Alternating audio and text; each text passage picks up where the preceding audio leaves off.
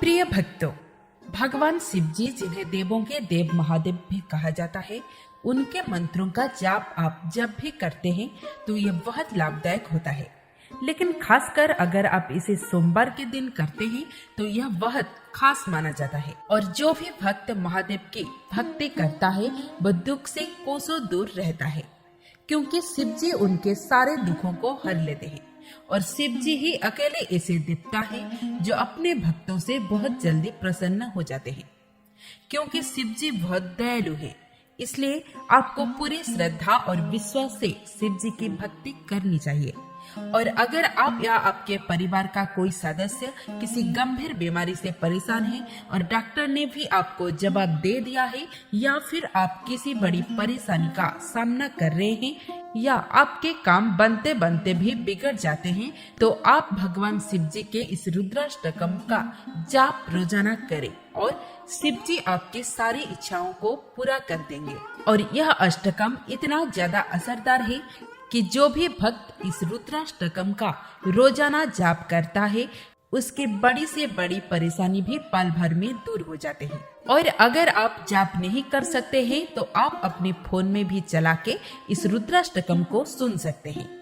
लेकिन ध्यान रहे कि आपको इसे पूरा सुनना है, क्योंकि शिव जी का यह अनोखा रुद्राष्टकम इतना ज्यादा असरदार है कि इसे सिर्फ रोजाना सुनने से ही आपके बड़ी से बड़ी परेशानी पल भर में दूर हो जाती है।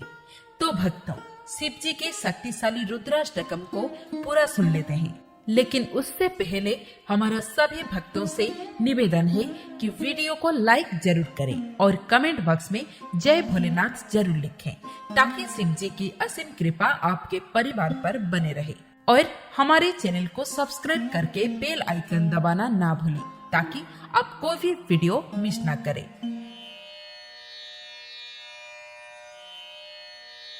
नमामि समीसान निर्वाण रूपं विभुं व्यापकं ब्रह्मवेदः स्वरूपं निजं निर्गुणं निर्विकल्पं निरीहं चिदाकाशमाकाशभासं भजेऽहं निराकारमंकारमूलं तुरीयं गिराज्ञानगोतीतमीशं गिरीशं करालं महाकालकालं कृपालु गुणागार संसारपारं नतोऽहं तुषाराद्रिसङ्काशगौरङ्गभीरं मनोभूतकोटि प्रभाश्री शरीरं स्फुरन्मौलिकल्लोलिनी चारुगङ्गा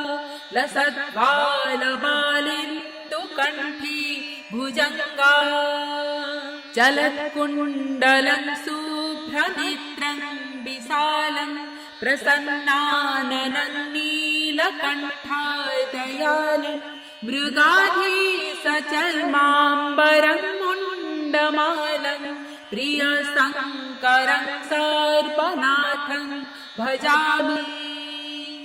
प्रचण्डं प्रकृष्टं प्रगल्भं परेशम् अखण्डं अजं भानुकोटि प्रकाशं त्रयशूलनिर्मूलनं शूलपाणिं भजेऽहं भवानीपतिं भावगम्यम् कलातीतकल्याणकल्पान्तकारी सदा सच्चिदानन्ददाता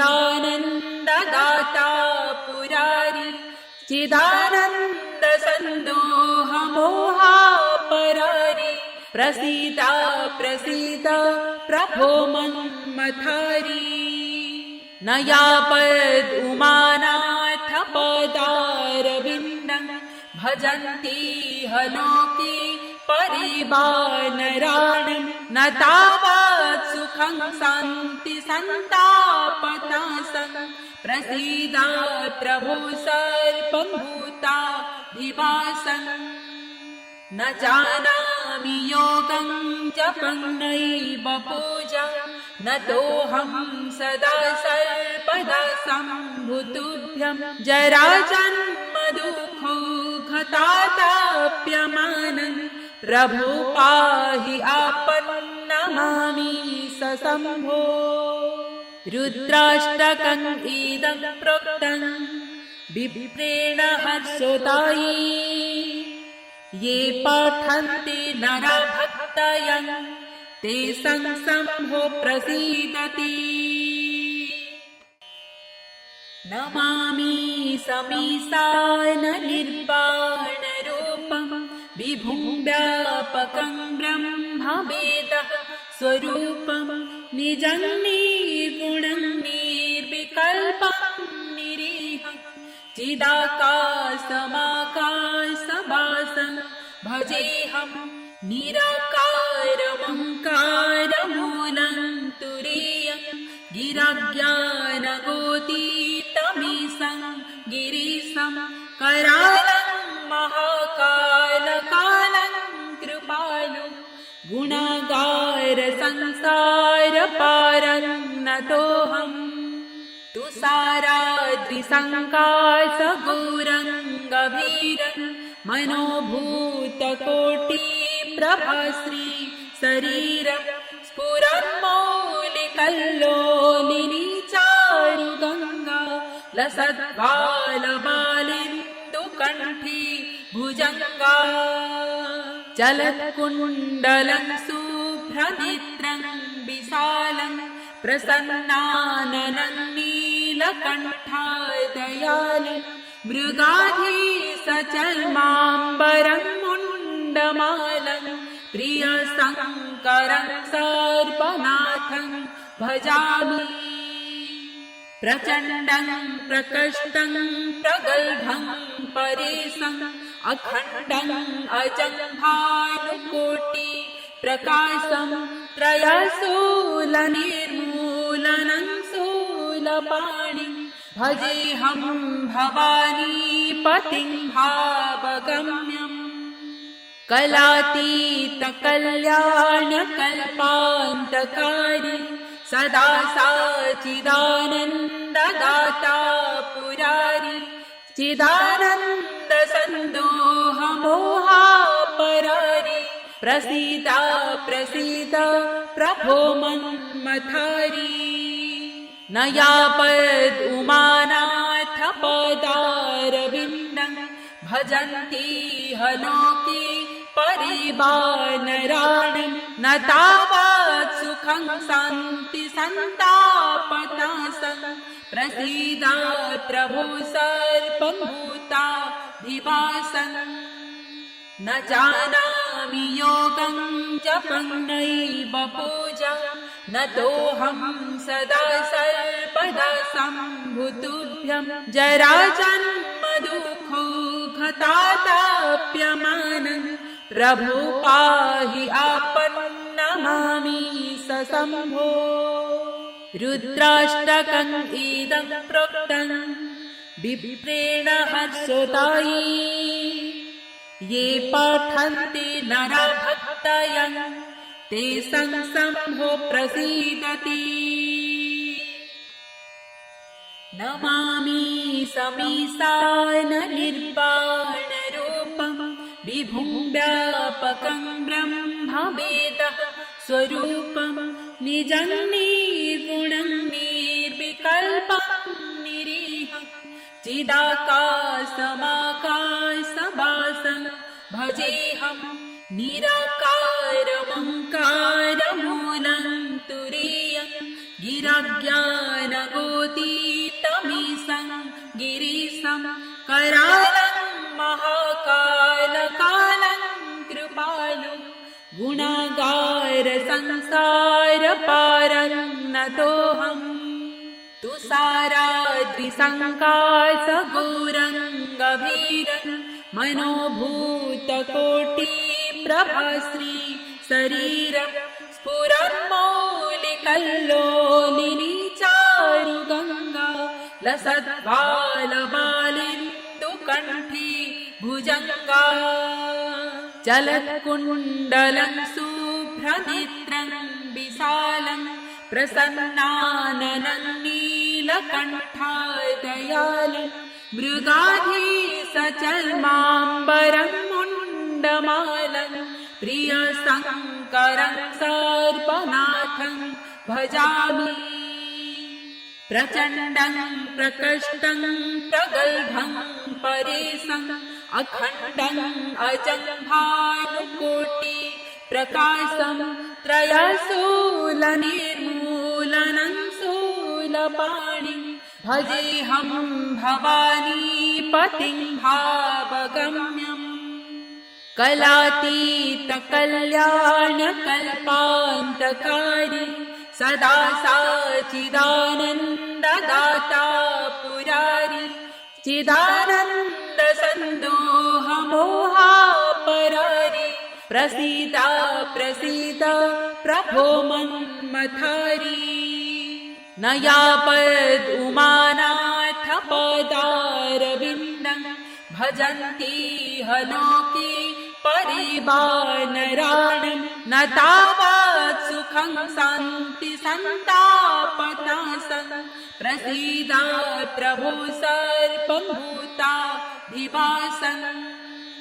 न जानामि योगं जपं नैव पूजा न तोऽहं सदा सर्वदा सम्भुतुभ्यं जराजन्म दुःखो घताताप्यमानं प्रभो पाहि आपन्नमामि सशम्भो। रुद्राष्टकम् इदं प्रोक्तं विप्रेण हर्षोदायी ये पठन्ति नरभक्तयः तेषां शम्भो प्रसीदति।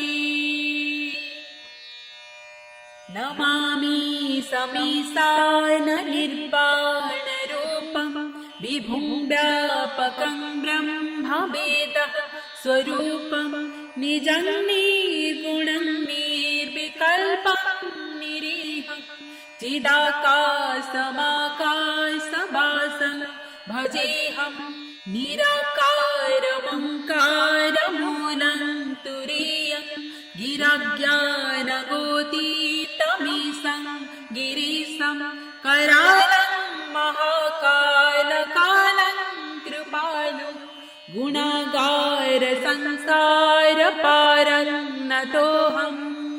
तुषाराद्रिसङ्काशगौरङ्गभीरं मनोभूतकोटिप्रभाश्री शरीरं स्फुरन्मौलिकल्लोलिनी चारुगङ्गा लसद्बालबालिन्दुकण्ठी भुजङ्गा चलत्कुण्डलं शुभ्रनेत्रं विशालं प्रसन्नाननं नीलकण्ठादयालं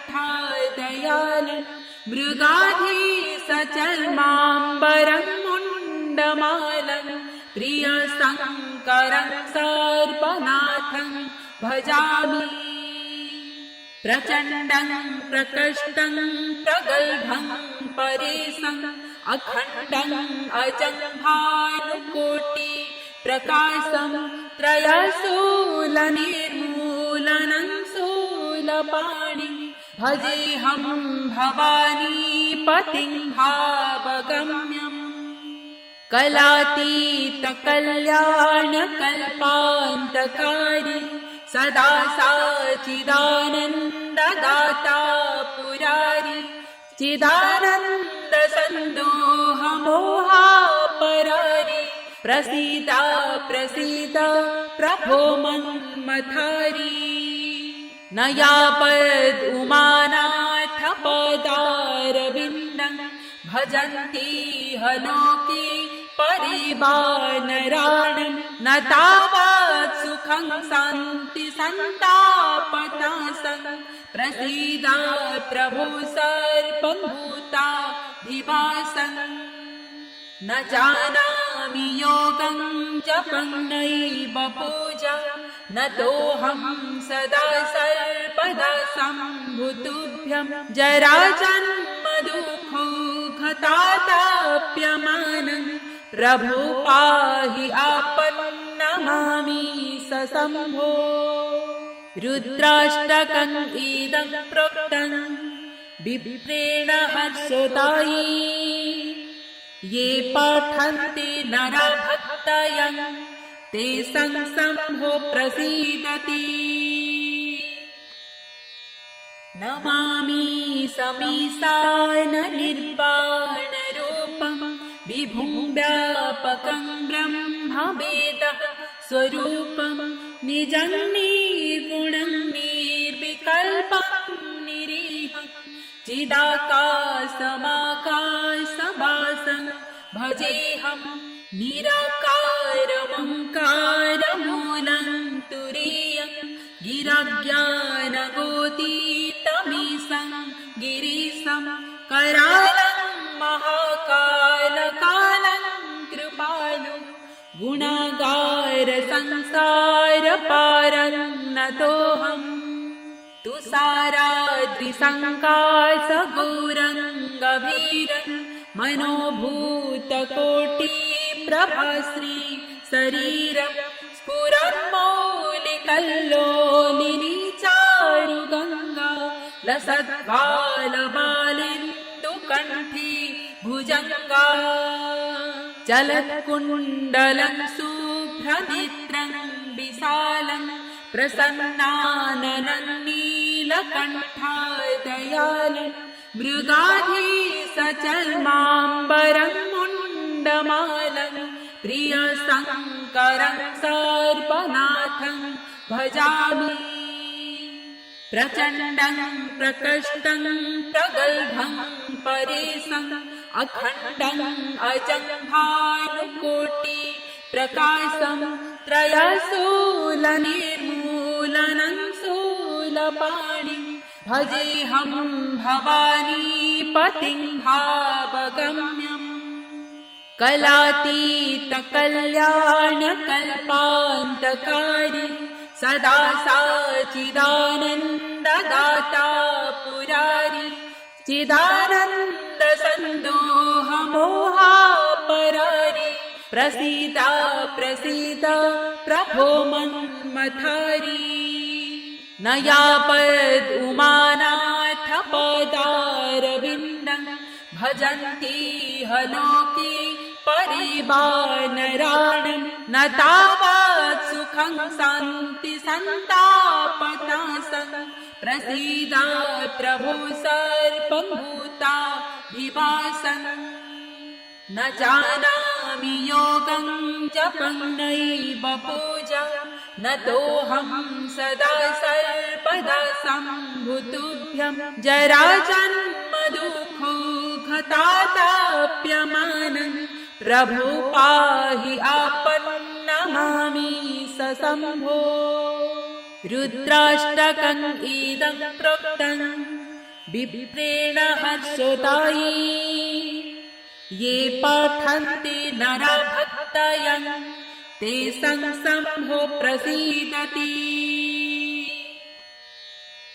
नमामि समीशान निर्वाणरूपं विभुं व्यापकं ब्रह्मवेदः स्वरूपं निजं निर्गुणं निर्विकल्पं निरीहं चिदाकाशमाकाशवासं भजेऽहं निराकारमङ्कारमूलं तुरीयं गिरज्ञानगोतीतमीशं गिरीशं करालं महाकालकालं कृपालुं गुणागार संसारपारं नतोऽहम् तुषाराद्रिसङ्काशगौरङ्गभीरं मनोभूतकोटिप्रभाश्री शरीरं स्फुरन्मौलिकल्लोलिनी चारुगङ्गा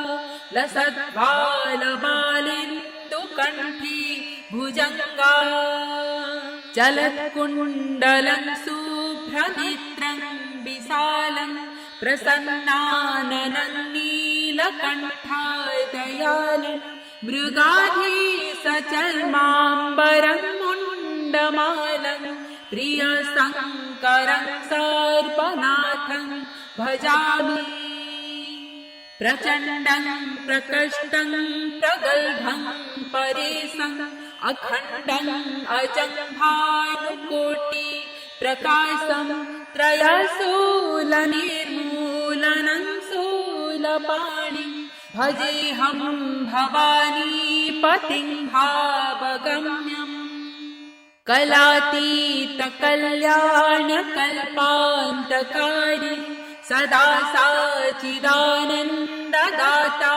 पुरारी चिदानन्द सन्दोह मोहापरारी प्रसीद प्रसीद प्रभो मन्मथारी न यावद् उमानाथ पदारविन्दं भजन्ति हलोके परिवानराणं न तावत् सुखं शान्ति सन्तापनाशं प्रसीद प्रभो सर्वभूता विभासन् न जानामि योगं जपं नैव पूजा न तोऽहं सदा सर्वदा सम्भुतुभ्यं जराजन्म दुःखो घताताप्यमानं प्रभो पाहि आपन्नमामि सशम्भो रुद्राष्टकम् इदं प्रोक्तं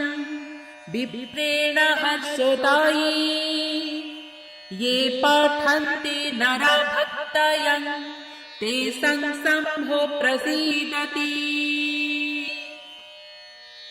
नमामि समीशान निर्वाणरूपं विभुं व्यापकं ब्रह्मवेदः स्वरूपं निजं निर्गुणं निर्विकल्पं निरीहं चिदाकाशमाकाशवासं भजेऽहं निराकारमङ्कारमूलं तुरीयं गिरज्ञानगोतीतमीशं गिरीशं करालं महाकालकालं कृपालु गुणागार संसारपारं नतोऽहम् तुषाराद्रिसङ्काशगौरङ्गभीरं मनोभूतकोटिप्रभाश्री शरीरं स्फुरन्मौलिकल्लोलिनी चारुगङ्गा लसद्बालबालिन्दुकण्ठी भुजङ्गा चलत्कुण्डलं शुभ्रनेत्रं विशालं प्रसन्नाननं नीलकण्ठादयालं